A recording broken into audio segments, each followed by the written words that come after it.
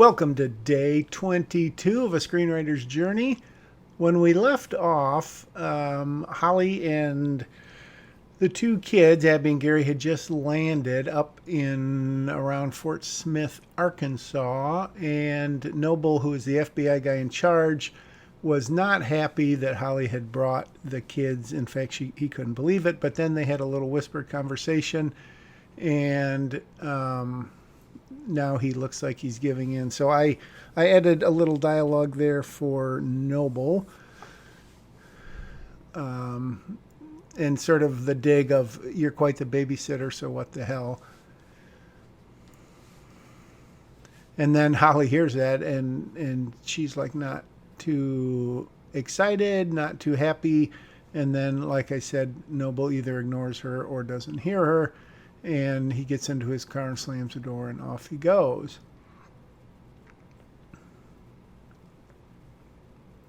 And now, I don't know when I got this idea, give him the VIP treatment. And this agent, this is a funny thing. It's a funny thing about screenplays, how this was not in the outline at all, what is eventually going to happen to this agent here. And I think the idea sort of evolved as I wrote. That the idea of the VIP treatment, I don't know if that's just one of those things that came to me, like stuff comes to us all the time writing. And then Abby's like, VIP sounds promising. And then we cut to the Motel 6. So Motel 6 will probably not be sponsoring this movie, but we could give them from free publicity. And so the payoff is the agent says this is as close as the VIPs get. The idea is Noble, the FBI guy, placated Paul by saying, fine, Holly can come up here. And then immediately he dumps her and the two kids in the Motel 6, where they're going to stay until this operation is over. And obviously the agent has talked to Noble and has got the MO, the whatever, this is what's going to happen to him. Holly maybe is hoping that they're just going to drop the kids off, but then he makes it apparent that no, it's all of you. However, there is some consolation, and I thought this, I mean, this is another thing I don't know when I thought of this, that maybe Paul talked him into setting up this monitor so they could actually watch the sting operation live. They've got a feed there. They've somehow wired it up, and who knows how. It's not worth going into. But I think it's semi-realistic. Maybe a bit of a stretch. This is a fictional movie after all, but I thought it would be within the realm of believability that they would do that. And I thought it would be interesting because of what's going to happen. Surely you don't imagine that Holly's just going to sit there and watch it, let alone the kids, or should I say vice versa, the kids, let alone Holly. And as Holly asked, does Paul know about this? Who do you think approved it? So that's kind of a double whammy, that Paul sent Holly up there knowing that she was just going to sit around and do nothing. So Holly is not happy, obviously, and she has that line, if this doesn't go like clockwork, expect to see me again. The agent and Holly are having a moment, but not in any sort of romantic way. They're obviously at odds, at loggerheads, whatever you want to say. She thinks he's a jerk. He thinks she's not really a prissy, but just someone who doesn't have any part in this. And as I say, this agent's part is going to evolve. I'm not going to say what's going to happen to him, if he lives or dies, if we see him again. But this was the genesis. And I don't know if I was thinking about it as I was writing it here or if it didn't come until rewrites. But this is as I like to say, virgin writing because I'm not going over anything. I think this is like the first time through with this part. So again, Abby, the optimist, sort of like Larry is, nice for mattress. And then Gary gives her the look because he's kind of the no-nonsense guy. But now I'm trying to figure out a way for Abby to imply that Gary is happy that this is the case, because obviously he's not one to go in and be the hero, at least at this point. Dun, dun, dun. Holly not happy, and so she's going to call Paul and find out what the double bleep is going on.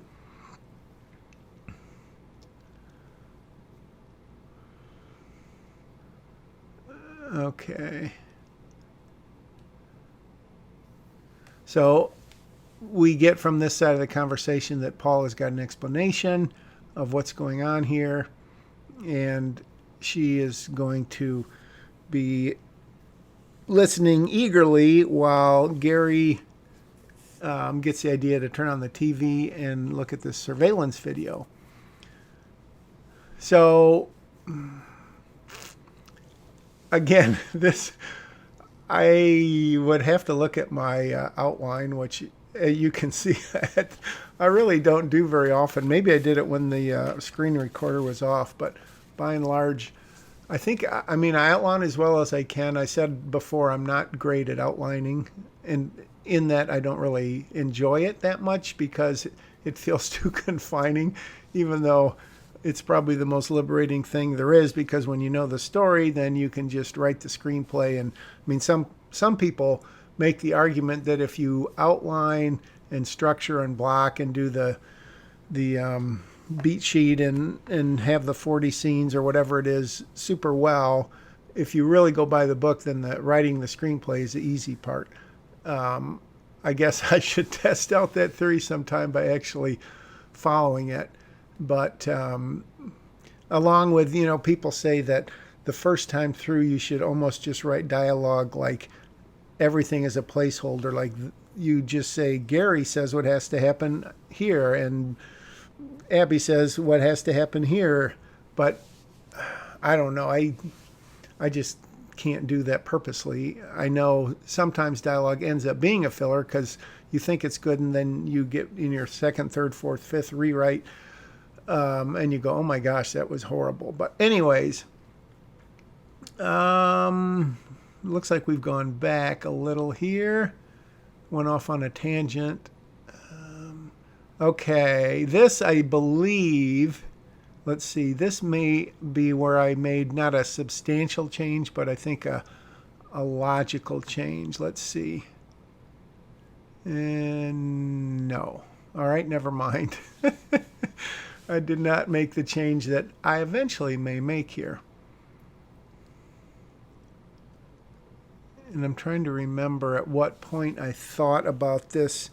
And again, it doesn't change it a whole lot. I think it just makes it make a little more sense.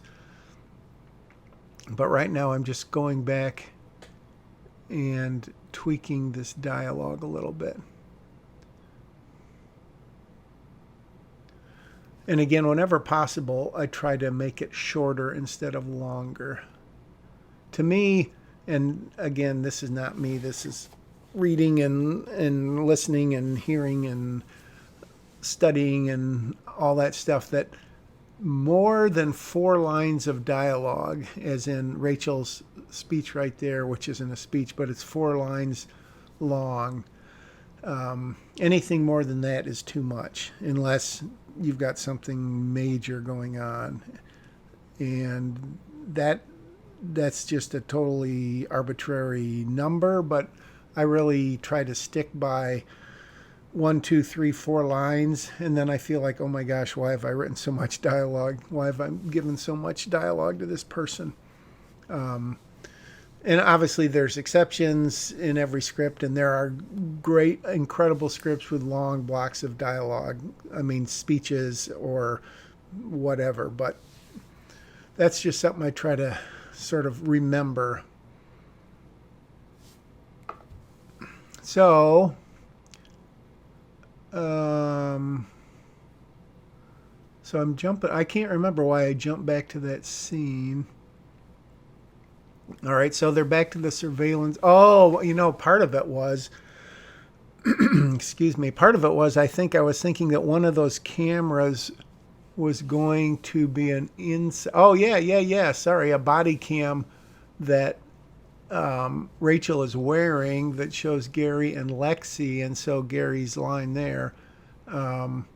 So they can see him. They realize they're okay. She goes over and hugs, and that's kind of interesting but a little awkward. And Paul's and Holly are still on the phone. So, yeah, this whole idea of Rachel involvement, who's she really working with? Is she double crossing, triple crossing?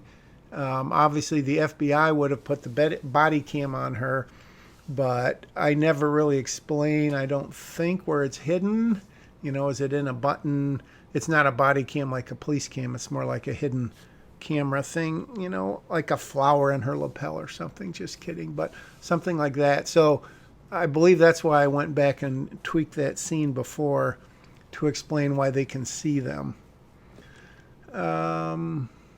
So now Holly is really grilling Paul to find out what the doodly is going on. So this, I think I got this idea maybe right when I wrote Holly's line of then you need to start over and this time leave nothing out. And so what I'm going to attempt to build here, and it's going to take me several drafts, is I'm going to have Paul and Rachel and then Holly all tell the story, not the whole story, but kind of the backstory of what happened, because Paul knows some of it. Rachel knows the most of it. Holly is going to deduce some of it.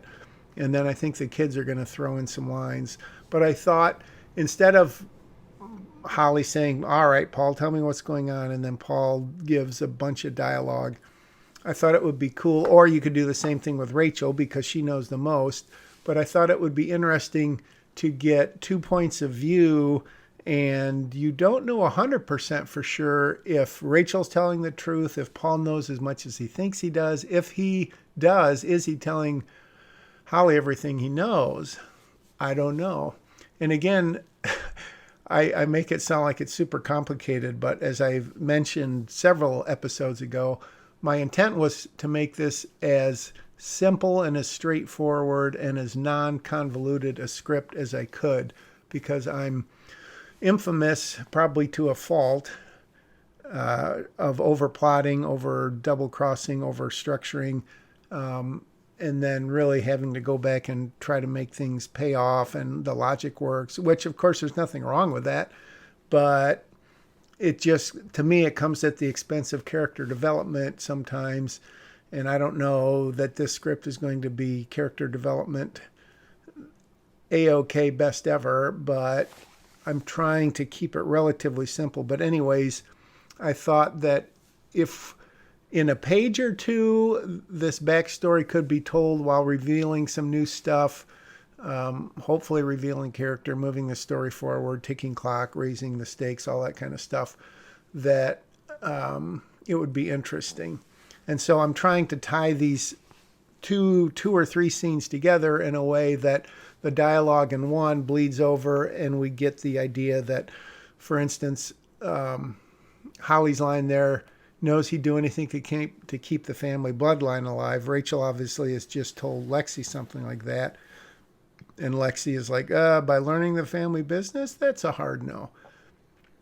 But we're learning that Salerno basically wants Lexi not to be, the crime boss, but he just honestly is like, well, there's no more, you're the last of the Salernos or whatever.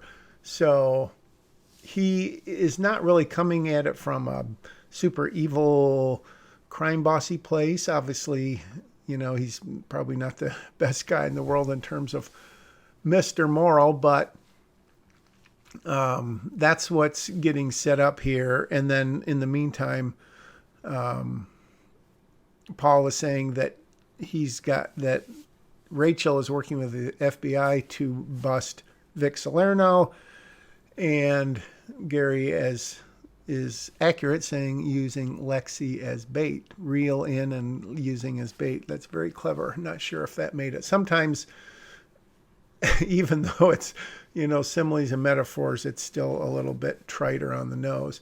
Anyways, that was it was about an hour and a little bit of writing, I think 15 minutes. So this was a day that I started to lay out some things, I think, in my mind and on paper that hopefully are going to A, continue, and then B, pay off when they do continue. But I guess that's about all I will say, because I don't know what day 23 is going to bring until we see it. So once again, thanks so much. I hope you're getting a little something out of this, or maybe a lot. Tell your friends. If you're a new writer, this probably sounds, hopefully not boastful, but I'm sure there are worse things you could do than actually watching the process and listening to the process of how someone writes a script. And again, I'm nobody in the grand scheme of things, but I have made some movies. I don't know if I ever mentioned it. I did get paid once to adapt a book. The movie unfortunately got abandoned because the guy ran out of money and he was not a great manager of people and stuff. So I'm not a professional screenwriter, but I have played one. No, I haven't. Anyways, I'm rambling again. Thanks for watching, and we'll see you on day 23.